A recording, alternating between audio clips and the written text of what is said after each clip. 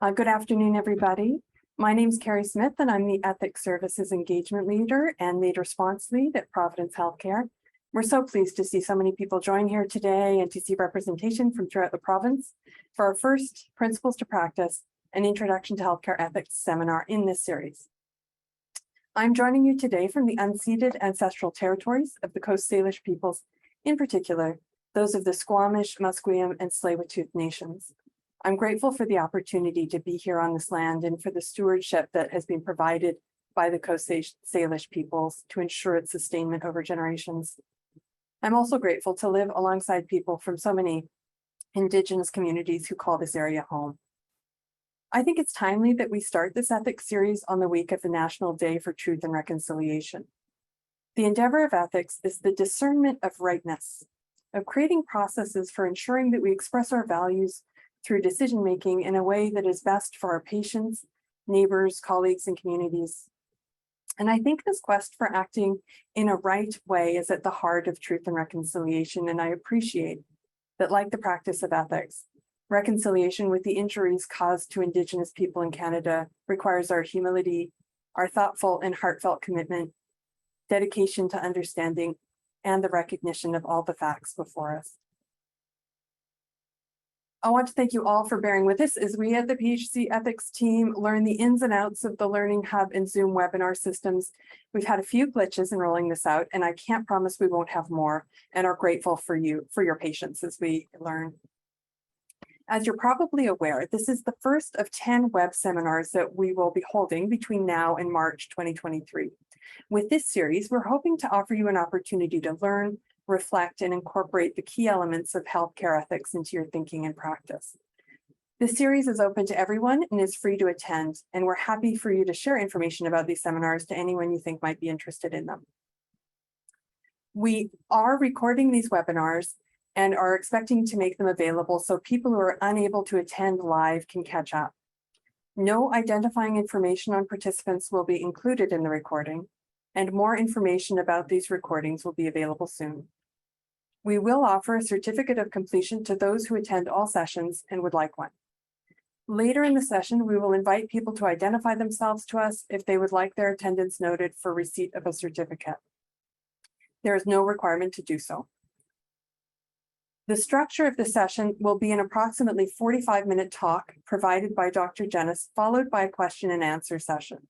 Please write your questions in the Q&A section to be addressed at the end of the session. If the talk runs a bit long or there are lots of questions, we can stay till 1:10 today to respond, but the main session will complete before 1 o'clock.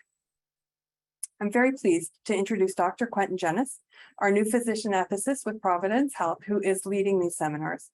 Dr. Genuis is also an emergency physician. He holds a Master of Letters from the University of St. Andrews with research focus in bioethics. He's a published writer in journals of philosophy of medicine, bioethics, and medical science. His research and teaching interests include the autonomy debates, end-of-life care, compassion and compassion fatigue, and humanism in medical practice. He's also passionate about Russian literature, Scottish whiskey, and burritos. And with that, I'll pass it over to you, Dr. Genuis. Amazing. Thank you, Carrie. And particularly, I want to say thank you for what you said about the Day of Truth and Reconciliation this week. I thought it was beautiful, and I couldn't agree more with that at the outset of our time together. Good afternoon. I want to say that it is such a pleasure and an honor for me to have the opportunity to present and to share over these next 10 seminars over the next 6 months. I think, as I will say today in some more detail, that at its core, and as Carrie said, ethics is a project that it is about formulating a certain language about the good. Ethics at its root is about thinking about what is good and what is right. And of course, conversely, about what is bad and what is wrong. And I am so excited about the potential to cultivate a space together where we can wrestle with difficult issues of our time, but with a hopeful and an optimistic eye towards pursuing what is good and what is true and what is beautiful, both in our lives and in the lives of our patients.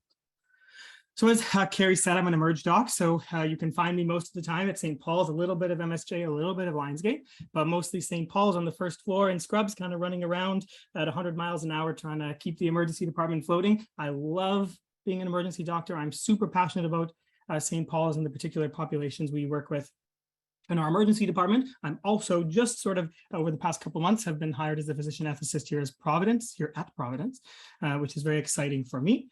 What makes a physician ethicist, you ask? That's a reasonable question. There's sort of lots of reasons, I suppose, but one of the core sort of learning experiences I had when I was a medical student, I, in my first and second year, got so burdened by having to study histology and embryology and all these other ologies that I didn't really understand, that I found a way to take a year off from med school. I got an academic leave of absence to move.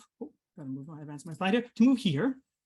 This is the town of St. Andrews. It's a tiny little town on the east coast of Scotland that has a very old, very posh university.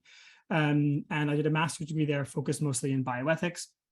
Some of you may have heard of St. Andrews for a couple of reasons, probably less so from the university, but some people have heard of St. Andrews because of the Royals. So if you're a fan of the Royals, which I'm not really, but you might be interested to note that Will and Kate went to St. Andrews, and that's where they met. So St. Andrews is kind of a funny place. Every tiny little coffee shop and pub in town has like a big picture on the wall of the one time that Prince William got coffee or a beer there or something.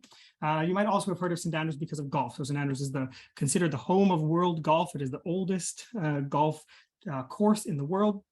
That's where they still gather every year to set the rules for world golf. And I was unaware that golf is still a game where the rules change or have to be debated, but apparently they do. So that's maybe some of the reasons you might have heard of St. Andrews.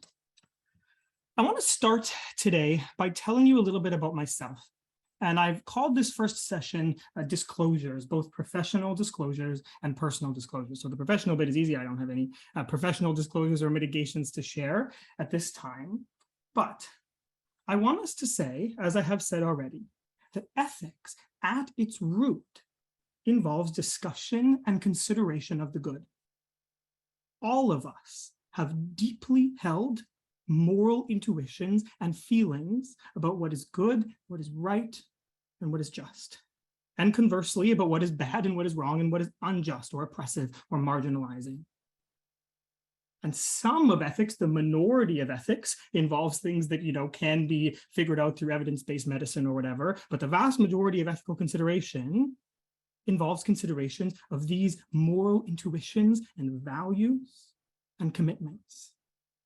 And as such, ethics is a personal project that involves our deeply held feelings about what is right.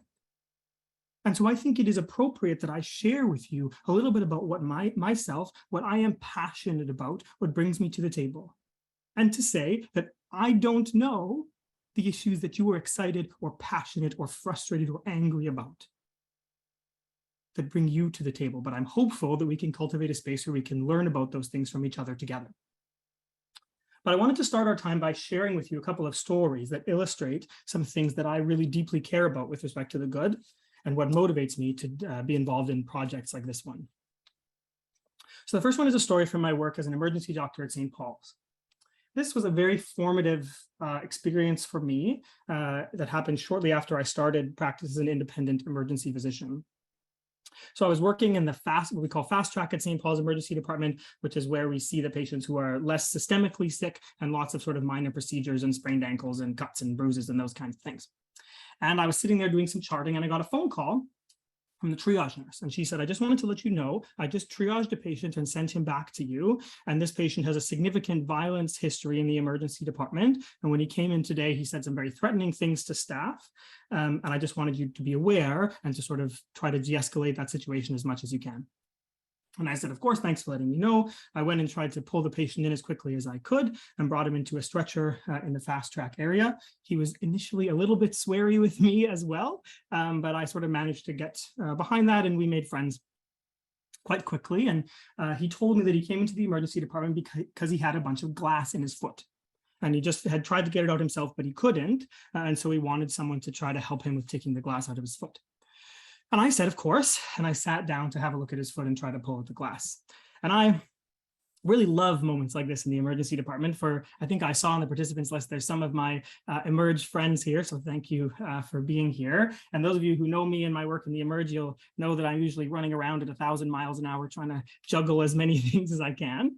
But sometimes these sort of procedures, stitching people or pulling out foreign bodies or those kinds of things, give me an opportunity. They force me to slow down and to sit with a person and to get to know them a little bit beyond the kind of surface layer medical questions that we often ask in the emergency department. And so I was sitting with this guy and trying to get to know him a little bit and pulling the glass out of his foot.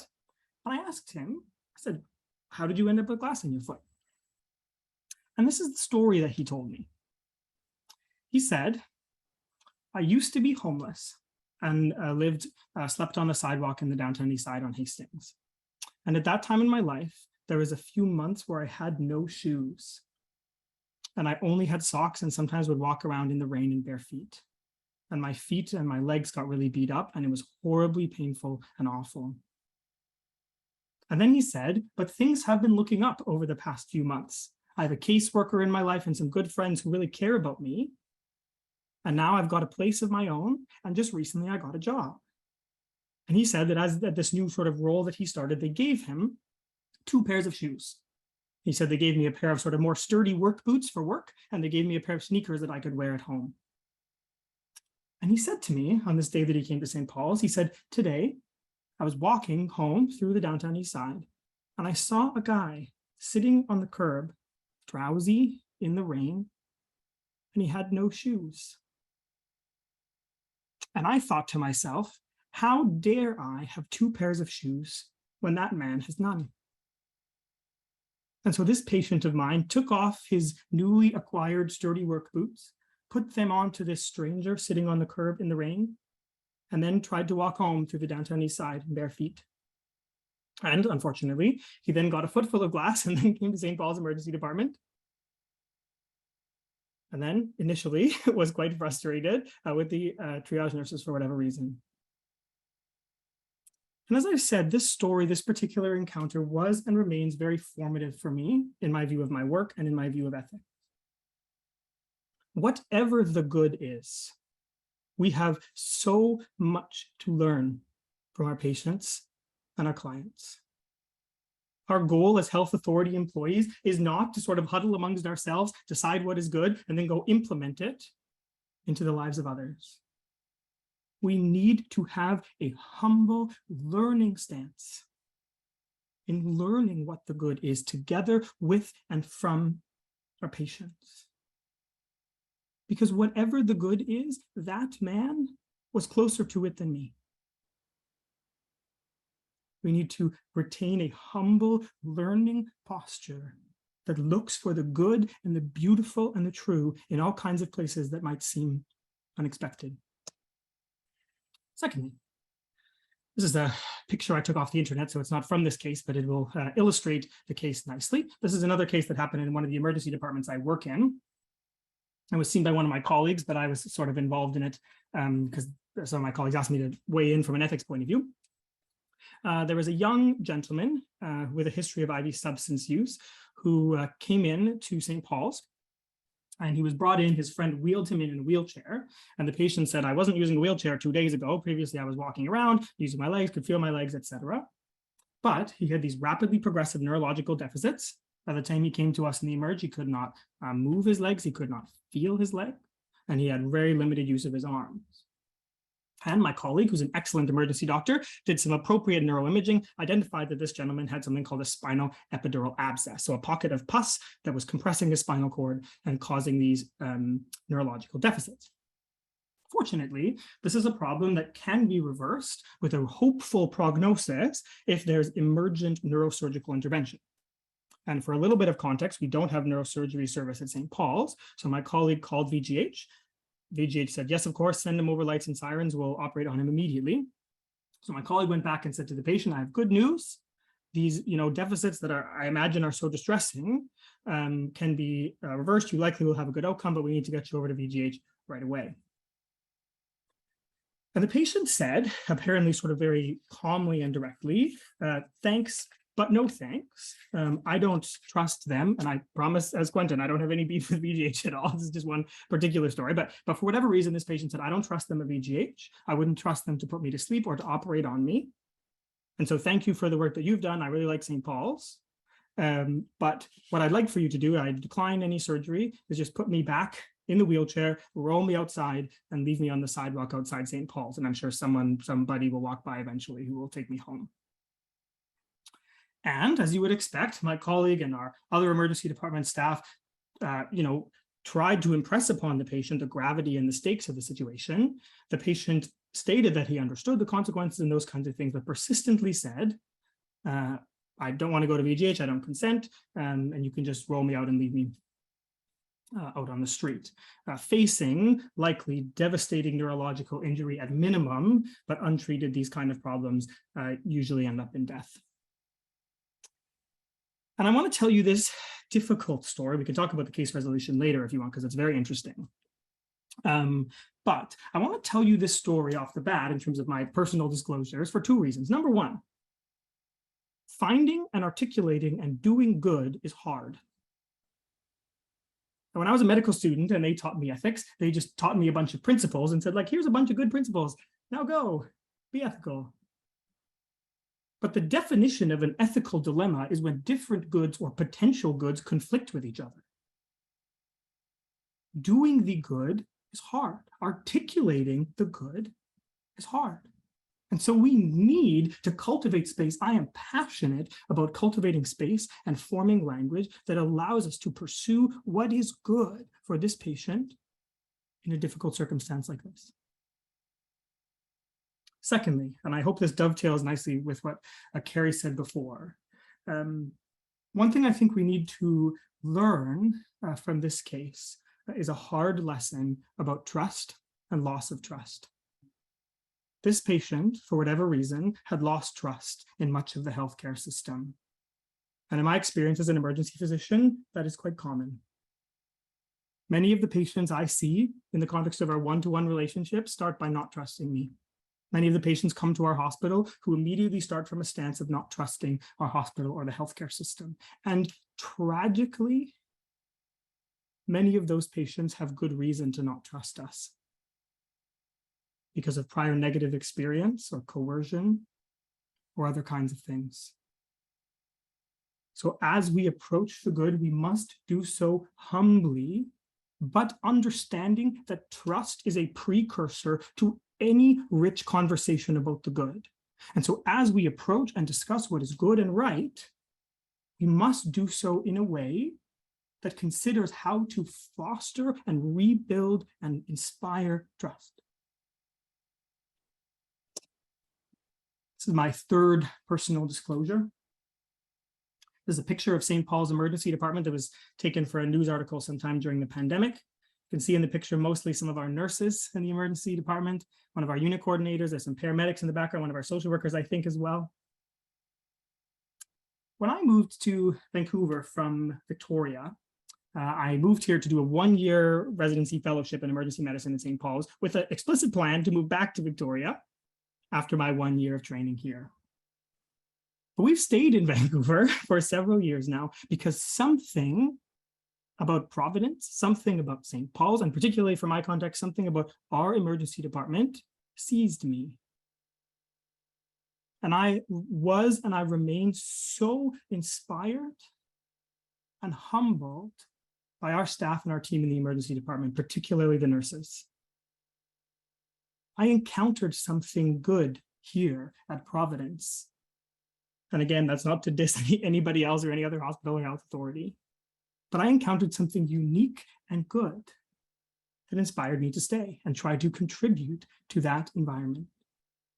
And I graduated from my residency in the midst of the COVID pandemic and witnessed, again, particularly our nurses, their courage, their genuine heroism and self-sacrifice, their willingness to take extra risk on themselves that many people in our society would not take for the sake of our vulnerable patients. Like I said, I am so inspired and impressed with them on a day-to-day basis to this day.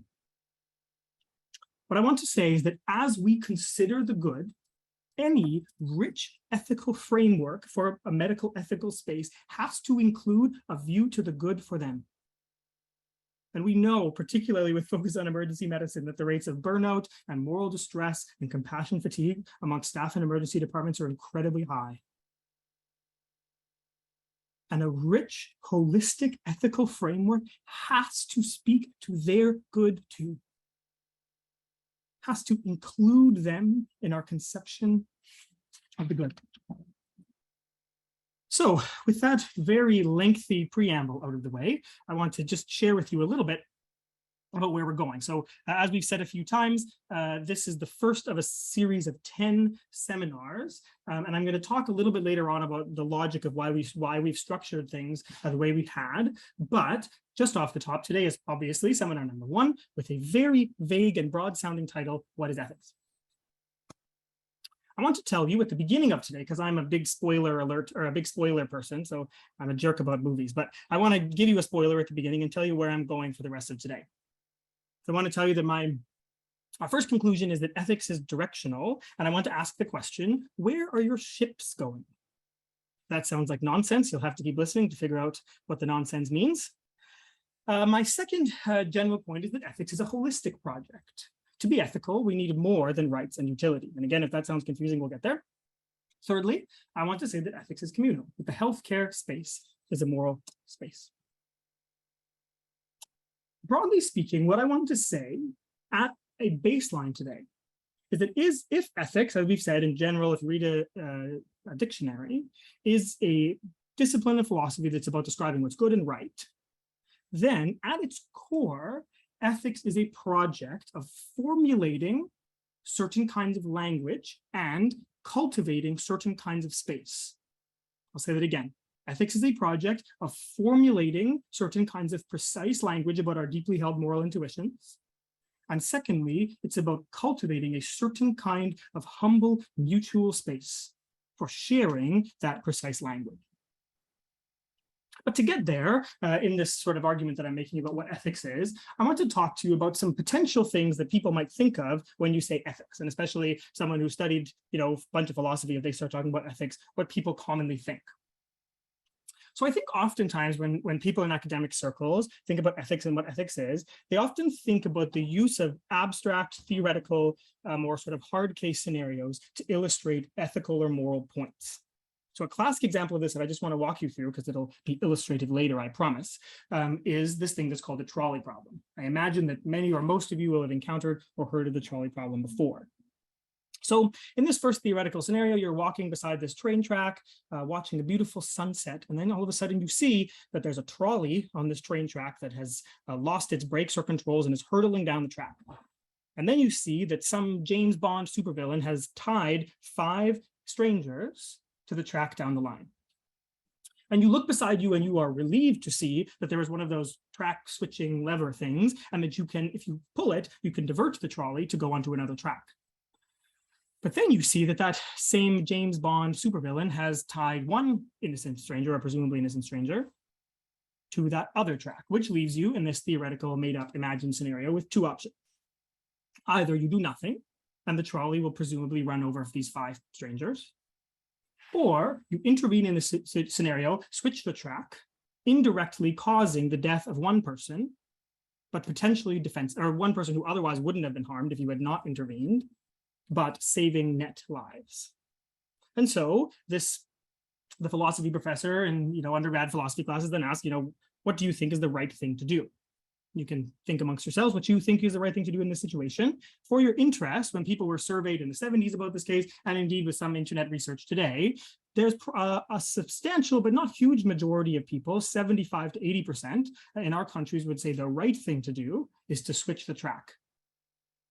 And if you're one of the substantial minority who would say that's the wrong thing to do, that's interesting. But at least for the sake of the point, most people in our context would say the right thing to do is to switch the track, even though you're indirectly causing the death of someone who otherwise wouldn't have died. Then this clever theoretical philosophy professor says, okay, let me change the circumstance. And for those of you who are unfamiliar with these sort of made up situations to illustrate moral principles, they always change the rules on you after you commit yourself to the first one. So then the annoying philosophy professor says, okay, Now let's say that instead of being beside the train track, you're above the train track on some kind of bridge, and the out of control trolley is still hurtling down the track towards these 5 strangers. This time there's no option to switch the track. But this time you notice there's a man wearing a very heavy backpack, and he's standing leaning over the railing a little bit too far, watching the beautiful sunset. And in this situation, because apparently you're some kind of physics genius, you know that if you sneak up behind the man with the very large backpack and you push him off, the trolley will hit him, but his backpack is so large and heavy, the trolley will stop and will not reach the 5 strangers tied to the track. And so the annoying philosophy professor says, what do you do in this case? Do you do nothing and allow the trolley to run over the 5? Or do you intervene in this different way, which will likely lead to significant harm to the one person, but will save net lives, so to speak? And interestingly, again, you can think for yourself about what you would think is right in this situation, but most people in this situation, not a big majority, but a majority of people, when these people first illustrated this, would say that the most right thing to do would be to do nothing. Because there is a difference in the act of pushing the man with backpack off the bridge than there would be to an inherently morally neutral act like pulling a lever. So all of this to say, and we'll come back to these trolley problems later because they are illustrative, when some people think of ethics, they think of sort of moral puzzles like this that are helpful because they help us identify moral intuitions in ourselves in a more precise way. But I suspect that some of you are growing impatient with me talking about theoretical situations, about trolleys and sunsets and men with backpacks. And if I was listening to this talk, I would be growing impatient too. Because I'm an emergency doctor, when I hear anyone talking about the good, I have an incredibly strong so what lens. I work in the midst of a pandemic context, in the midst of a marginalized population who suffer tremendously from all kinds of things.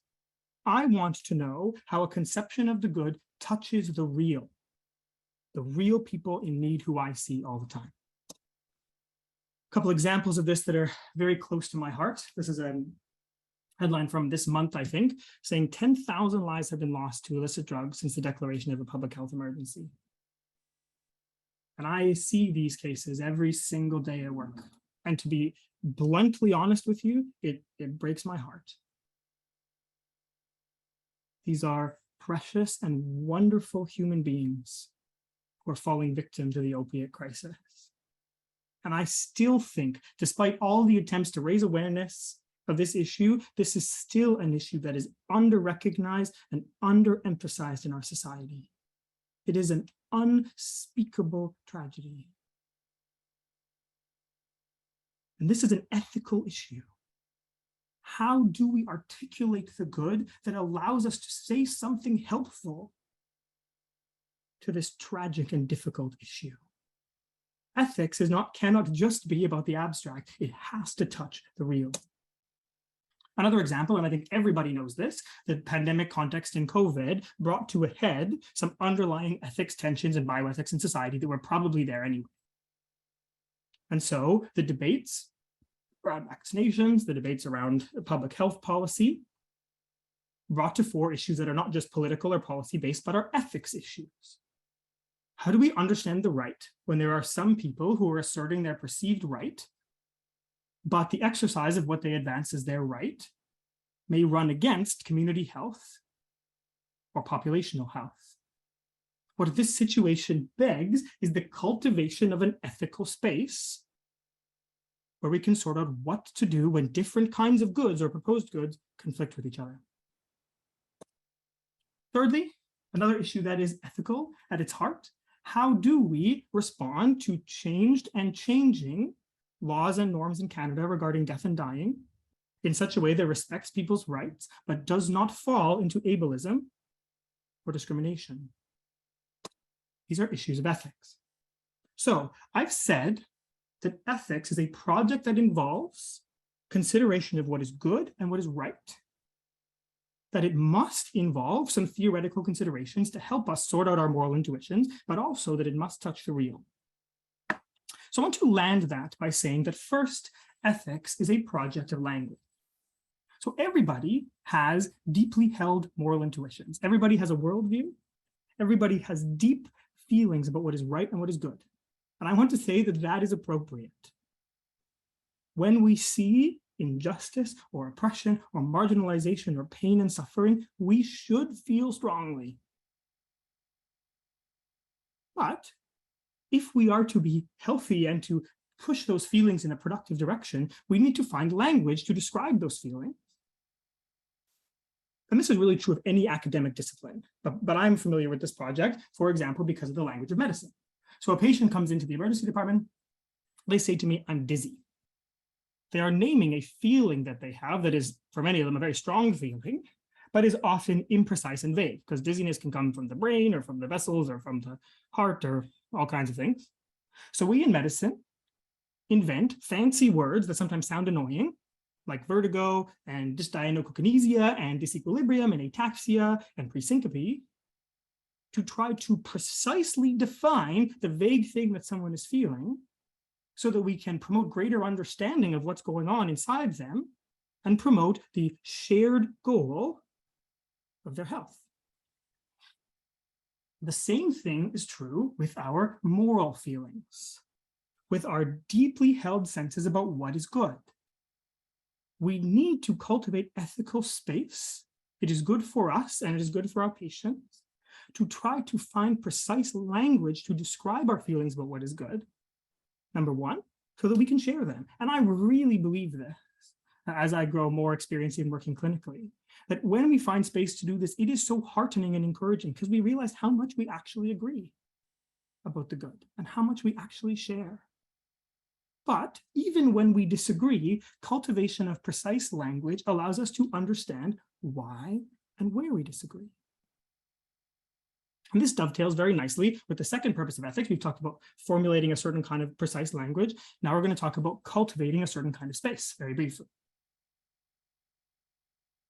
So in order to do this kind of precise language and to share our feelings together, we need to cultivate spaces, and I'm hopeful that the seminar can be that kind of space, where we can feel trust and openness to share our conceptions about the good and our concerns and our doubts and our dilemmas in such a place that is humble and open and tolerant.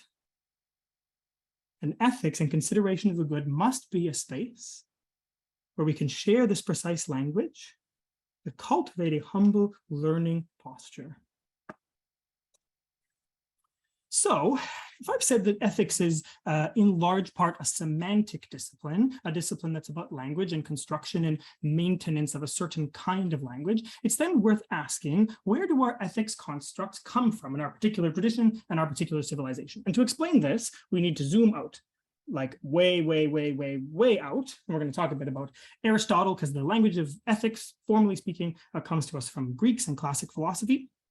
And we're going to do a very quick and inevitably blunt overview of some of the history of philosophy to try to understand where we are in terms of ethical language in our time. So, classical ethics was a project that was framed something like this. Everybody can look at themselves or look at their workplace or their health authority or their society and understand there is something called humans as they are, or Providence as it is, or BC as it is, or the downtown east side as it is, and can see at minimum areas for growth. Or if you want to state that more strongly, things that are wrong.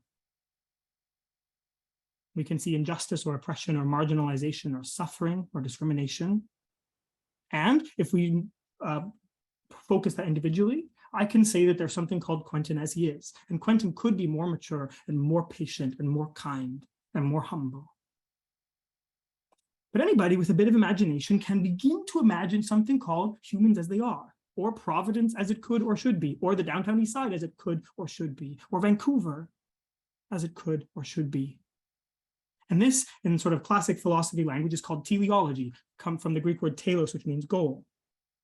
And ethics is conceived of not as a bunch of narrow logic puzzles, but as the holistic project, the art or the practice of moving from Quentin as he is to Quentin as he could or should be, from Vancouver as it is to Vancouver as it could or should be, from Providence Health as it is to Providence Health as it could or should be. And at the core of this project, this classical frame of ethics, is this base statement. If you want to know what's good for something, you ask what it's for. And what is ethical is what moves that thing towards what it's for. What is unethical, broadly speaking, is what moves it away from that which it is for. So if you want to know what's good for a doctor to do, you need to ask first what a doctor is for. If you want to know what's good for Providence Health to do, we need to ask, what are the specific goods that we as a health authority exist to produce in the lives of people? And if we can identify those goods, then that which is ethical is that which moves us towards that, and that which is unethical is that which moves us away. And this is, as I will continue to highlight, a holistic view of what ethics is. And next time we're going to talk about bioethics, so I'm only going to point to it a few times today. But this is a very old stream of thought, even when it comes specifically to medical ethics. And so Aristotle, writing 2,000 years ago, said, every art and inquiry, and similarly every action and pursuit, is thought to aim at some good. And for this reason, the good has been rightly declared to be that at which all things aim. And then he says there's all kinds of different human projects. They're all good. Their ends are also many. The end of the medical art is health. I love that he calls medicine an art, by the way, but that's an aside. If you want to know what's good for a doctor to do or a hospital to do, you first need to pick up the indispensable question, what is a doctor for? What is a hospital for? And for Aristotle, and I think today, the most basic answer to that is that a doctor is a person who exists to produce health. And obviously that requires all kinds of nuancing that we're not going to do today. What I want to say next is that in this classical, and I want to use the language of holistic and integrative view of ethics, seeks to articulate a high view of the good in general that can satisfy three questions. And to illustrate these questions, I'm not the first person to do this, I want to use the theoretical example or the analogy of a fleet of ships. So if you can exercise your imagination for a second and imagine that you have been transported back in time and someone has placed you in charge of a fleet of ships that's going off on some adventure. If you were to be a good commander of this fleet of ships, you would need to know how to answer three questions. Number one, and I like this one because it's a tongue twister, how do I ensure that each ship stays ship shape? In other words, you have some leadership position in this society of ships. There are a bunch of individuals. And if they are to function well, each one has to function well. You have to know how to promote the resiliency and the wellness of each individual in this society of ships, and how to help each individual avoid burning out. Secondly, how can I ensure that my ships don't bump into each other? So we have this little society of individual ships. For a ship to function optimally, it needs a certain amount of space. You might say that each ship has a set of inviolable rights. Otherwise, it cannot be a ship. And so, if you want your fleet to be a team, but a functional team, you need to figure out how to make sure that each ship has the requisite space around itself to do its job. Thirdly, and I've pointed to this question a bunch of times already, if you are to be a good commander of this fleet of imagined ships, you need to first answer the question, where are my ships going? What specific good or adventure, in this case, are we attempting to achieve?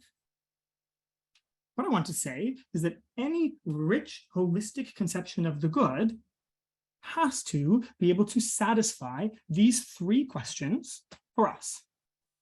And to drive this analogy home, even though I think it's obvious, how do I ensure each ship stays ship shape is a way of pointing to the importance of individual wellness. So if we are each individuals that functions in teams and in societies, how can we ensure that our concept of the good includes a focus on individual wellness and resiliency and avoiding burnout? That my wonderful colleagues, the nurses that work in our emergency department, when we talk about ethics as Providence, we talk about it in such a way that is good news for them, that promotes their wellness, in addition to the appropriate focus of patient-centered care. Secondly, how do I ensure my ships don't bump into each other? Again, thinking the analogy, all of us are individual sort of ships. Each of us, our ethics framework would tell us, are beings that are imbued with these things called inviolable rights.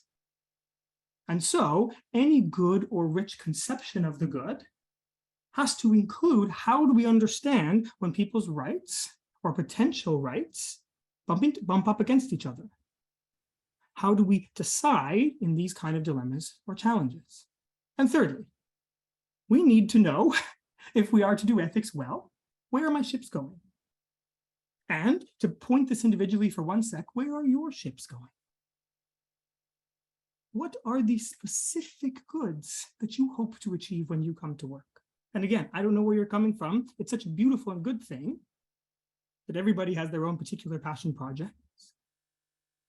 But what are the things you hope when you retire that people will say about you in terms of the particular goods that you fought for or advanced or cultivated in your work? So I've said to this point that ethics in a classical conception seeks to be holistic, to conceive of the good broadly in such a way that can satisfy these three questions or lenses. But something has happened in the history of philosophy over the past several hundred years that has narrowed the focus of ethics in Western contexts. And I cannot talk to you in all great deal about this because that would take forever. But if you want to talk more, I could talk about this stuff for a long time.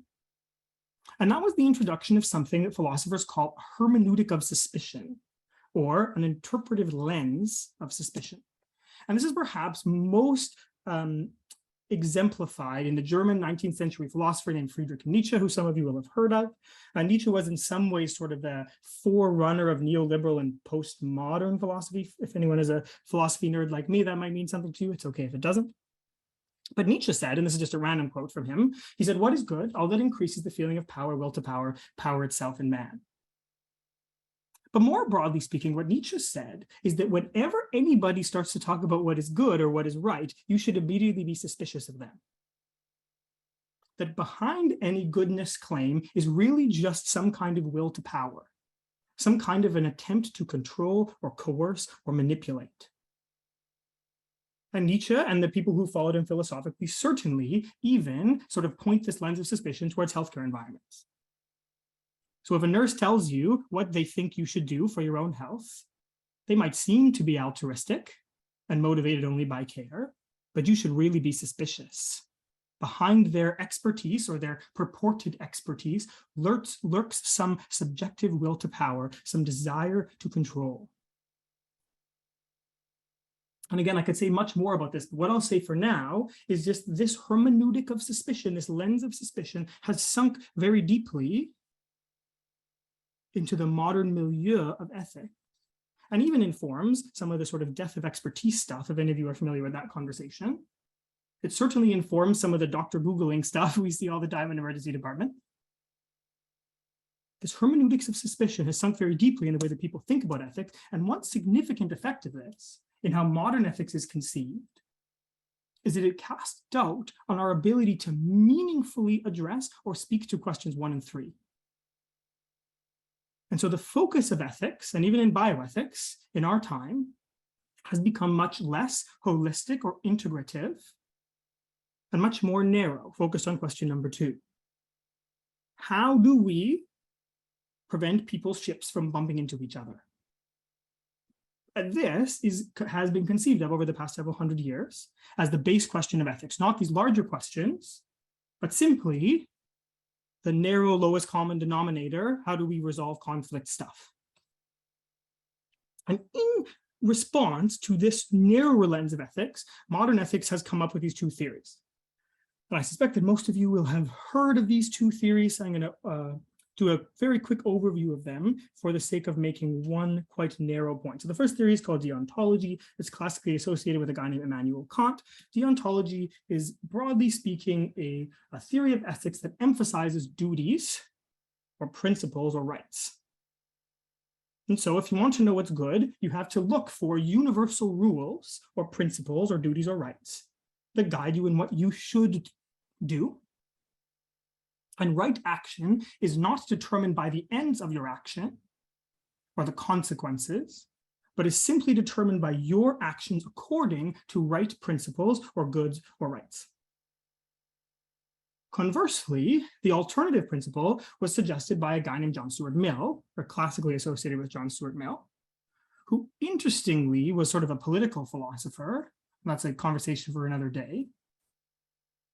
But Mill's theory of ethics said basically exactly the opposite. It was consequentialist. It said, rightness is only determined by consequence. There is no such thing as an inherently right or wrong act.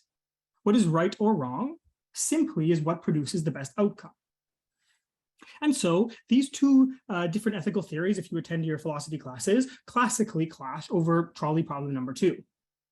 Where the deontologist would say it's an inherently wrong act to sneak up behind someone and push them off a bridge, knowing that it will cause them at minimum very significant harm. And it wasn't you who tied those 5 people to the track. And so the right thing to do is to try to intervene in some other way, for sure. But if you're forced with the binary of only pushing the man with backpack or not, the right thing to do is to not. And the utilitarian would say that's not the case. The right thing to do is that which produces the best outcome. And there's no act that's inherently right or wrong. It's all about consequences. And so the right thing to do is to sneak up behind and wrestle, if necessary, to push the man with backpack off the bridge. What I want us to really see about these two modern theories, first of all, I've said that these theories arose as a response to that narrower focus of ethics, not the broad holistic one, but the narrower one. But secondly, I want us to see that these two theories that we've arrived at, that you'll see in any ethics or bioethics textbook, are completely mutually exclusive. They are opposites. They are what Alistair McIntyre would call conceptually incommensurable. And so we've landed on these two theories that people sort of say, well, these are the two theories that guide bioethics, but they are not two sort of dovetailing theories. They are complete polar opposites, incompatible, irreconcilable with one another. And this, and I'm going to talk about this more in the next session, has certainly floated its way down into bioethics as well. And so where we have landed in our sort of conception of ethics responding to these theories is a system where individual goods, which is often exemplified using the language of rights, I want to say rights is good language, and community good, which is often exemplified using the language of utility, are seen as inherently in conflict with each other. I'll say that again. We have inherited a scaffolding, a system of philosophy that suggests, however subtly, through these two theories, that individual goods and community goods are inherently opposed to each other. Individual goods and system goods, individual goods, health authority goods, patient goods and care team goods are inherently existing in tension with one another. And this is a narrower, shallower system that can subtly suggest some kinds of antagonism that are not helpful for a healthcare space. So what do we do? I may have sort of argued us into a corner here, and I'm okay with that for now. But what I want to say now is that the response to this situation is simply to do what I've said above, to try to cultivate a shared, trusting, humble, ethical space where we can try to develop precise language together and where we can cultivate a certain kind of shared conversational space together. And so I've tried in this seminar outline that I've developed together with the ethics team to highlight a view of ethics, a view of the good that includes questions 1 and 3, in addition to the critically important questions of how to prevent the ships from bumping into each other. So for example, session number 5, amongst some others, will highlight how do I ensure each ship stays ship shape. I keep saying that. And this session is called Ethics for Us and tries to connect our view of the good to our own resiliency and joy at work. Secondly, we've added some sessions right at the beginning, including this one, that attempt to speak to that broad question, where are our ships going? Because I think that any really good, rich conversation about the good has to pick up these challenging questions. In belief that if we do so well with precise language, we will discover that we agree on a lot of things. I want to conclude today, I don't know what time it is, This first one is always going to be a bit long. I want to conclude today by just asking a question, and this is maybe getting ahead of myself a tiny bit, but asking, where's Providence's ship going? And I've said as above that I love Providence Health. When I matched in the CARMS process as a resident to do a one-year emerge residency at St. Paul's, I didn't even know what Providence Health was. I was just coming to St. Paul's. But I saw something, I encountered something here at Providence. And even when my wife and I were, going around doing the whole dance of trying to find an apartment to live in Vancouver, and you have to go to all these open houses and there's a million people there. So often when people would ask me what I did and I would say, oh, I'm going to work at St. Paul's, so many random people would say to me, oh, I love St. Paul's. And it seemed to me that so many people in Vancouver had a story of a way that they were cared for, some specific good in their life. Their dignity was respected here in a unique and a wonderful way. And I think it behooves us in that case to steward that trust by trying to articulate it. What is special about us? Where is our ship going? And to answer that sort of question in a very base way, I've taken this from the website somewhere that says, Providence is committed to treating those we serve with compassion and respect.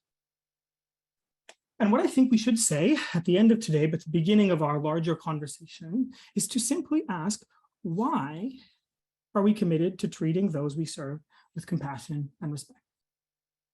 And the simple, obvious, but critically important answer is we do that because people matter. Individual human beings matter tremendously, infinitely, not just because of their capacity or what Mill would call their utility, not just because of their similarities to us. Human beings matter in themselves. Providence's ship is going towards people, towards cultivating and inspiring trust, but also towards what I call a proper humanism. The assertion that each individual human being, as a human being, is deserving of respect and even reverence. Providence's ship is going towards these people. First picture is a picture of the downtown east side that I clipped from a news article. As I've said, this is a population I work with every day. I learn from them. I am deeply committed to justice and to anti-oppressive practices, to learning from this population. Any view of the good for Providence Health has to include moving towards humanism for these wonderful people. The second picture is a picture of a dear friend of mine who has some significant disabilities, and I'm sharing this with his permission. Providence's ship is going towards him, towards respecting his inherent dignity as a human being, not because of what he can and cannot do, but because of what he is.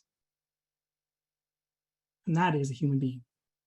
Thirdly, and you've seen this picture once already, Providence's ship is going towards our own staff members. Any articulation of the good for us has to include their good, because they are human beings who are deserving of respect and even reverence because of what and who they are. Fourth picture is a picture of my grandfather, who lived in the last few years of his life with significant dementia and cognitive impairment. Providence's ship is going towards people like him, asserting that they matter, irregardless of their capacity or their function, simply because of what he is, what he was. A human being who is deserving of respect and even reverence. So conclusions, I've said, where's Providence's ship going? Why do people matter so much? How can we invest in the language of the good to assert a proper humanism in healthcare? I want to gently ask you in an encouraging way, where is your ship going? What is your particular philosophy of medicine or nursing or social work or whatever it might be? What are the particular goods that you attempt to bring about in your practice? What are you for? And thirdly, as I've beat to death already, how can we invest in a more holistic conversation about ethics? Currently 12:57, that's later than I wanted to be. Here is a whole mountain of boring references, and I will take questions if there are questions. Thanks so much, Quentin. There have been a lot of comments, very some that we receive. I don't think everybody can see them, but appreciating what a great start this is to the series. And this is really exciting to see what's coming up for the next 9 sessions. So thank you so much for this great kickoff. I am going through, there's a few questions and I know folks may have to drop off, but let's go through and see who's able to stick around. And I'll start with the first message or the first question here. And I think there's a lot of talk about ships. So I appreciate the idea of thinking about ships. Every ship has an inviolable right not to sink. How do we know when we might be justified in infringing on a ship's course? For example, COVID-19 required us to infringe on some folks' sense of their ship and its course. And that was met with both social support and critique. So my question is, what is the threshold for when we would alter another ship's course? It's a great question, and I think I don't want to equivocate too much. That's certainly a question that demands more time than what I have at this time. I think that the beginning of an answer to that question is to reference what Aristotle says about health. And so if we're talking about the individual space between a doctor and a patient or a hospital and a patient, our goal is to produce health, both in individuals and in populations. And if somebody is making a choice that runs against their health, and especially if it runs against the health of other vulnerable people, then that suggests a line that definitely we have to walk very carefully, that there would be a reason for interfering with a ship's course, especially for the sake of other ships, but also in some extreme cases for the sake of their own ship as well. And I think the case that I brought up earlier about the gentleman with the spinal cervical epidural abscess as one of those examples that's really on the sort of extreme of that kind of balance of when someone is making a case that seems to run so against the floating of their own ship that you have to do everything you can, at minimum in a non-coercive way, to try to convince that ship to change course. But it does beg the question of when you might utilize methods that are more classically paternalistic in an attempt to preserve the health of that ship. Thank you for that. I also, before we lose everybody, a couple little housekeeping things I just want to just mention to folks, but to please sign up for the next session, folks, and do that through Learning Hub. Please, that helps us just get a sense of where folks are coming from and who's coming. And it also will give you some automatic sort of reminders and the Zoom link for it for coming up. I also, I know that Lori sent out a note in the chat asking folks to send feedback to Providence, to our email address, ethics@providencehealth.bc.ca. We appreciate that. We will be having a survey in later sessions, but haven't got that organized for this one. And finally, if you want to be on our mailing list to hear about future sessions of this and other Providence Health ethics education events, please also email that same email box with your details, ethics@providencehealth.bc.ca. And we have a couple more questions for you, Quentin. Sure. And one is, what about the collective good within the ship analogy? So what about the whole fleet? How do I ensure my fleet as a whole is doing well? Is there room for this question in ethics? Yeah, that's a great question. And I think sometimes, analogies are good insofar as they're useful. And then sometimes, around the edges of poking at the analogies, sometimes, their use can be limited.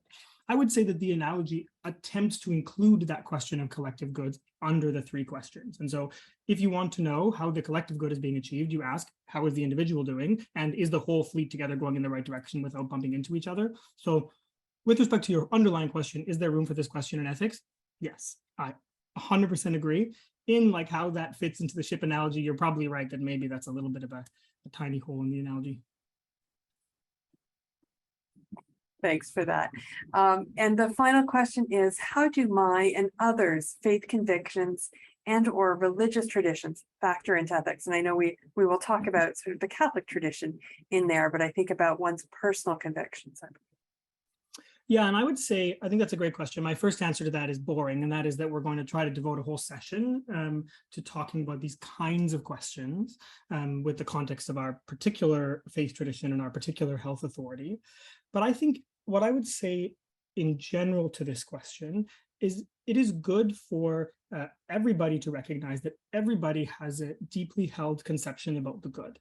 And certainly for people who come from faith and religious traditions and backgrounds, their beliefs and the faith that they have inherited and committed themselves to will be very deeply informing how they perceive of the good. What I want to conceive of is an ethical space. And this, interestingly, is actually what the word secular meant initially to the people who first coined this term. What I'm interested in is an ethical space that does not pretend to be neutral, as if people have no worldviews and can just be totally objective all the time. But I am interested in a humble, honest space where people, in a tolerant and humble fashion, bring their convictions to the table about what they think is good and why, in such a way that can promote mutual learning and respect and trust. And so I think that your and other people's faith convictions and religious traditions undoubtedly factor into ethics in all kinds of ways. And I'm interested in ways that we can together bring those to the table in an appropriate, respectful way. Quentin, that was the last of the questions that have been submitted. It's after 1 o'clock. So I think unless there's any last minute questions from folks out there, and just we'll give it a minute if you want to put it in the Q&A. I think we're just about ready to sign off, but thank you so much again. This was a wonderful start, wonderful energy, a great overview of just the framework of thinking that goes into how we actually address or think about ethics. So thanks to everybody, and thank you all for attending, and hopefully we'll see you next month. Please sign up for the next. We'll look forward to seeing you next month. Awesome. Thanks a lot.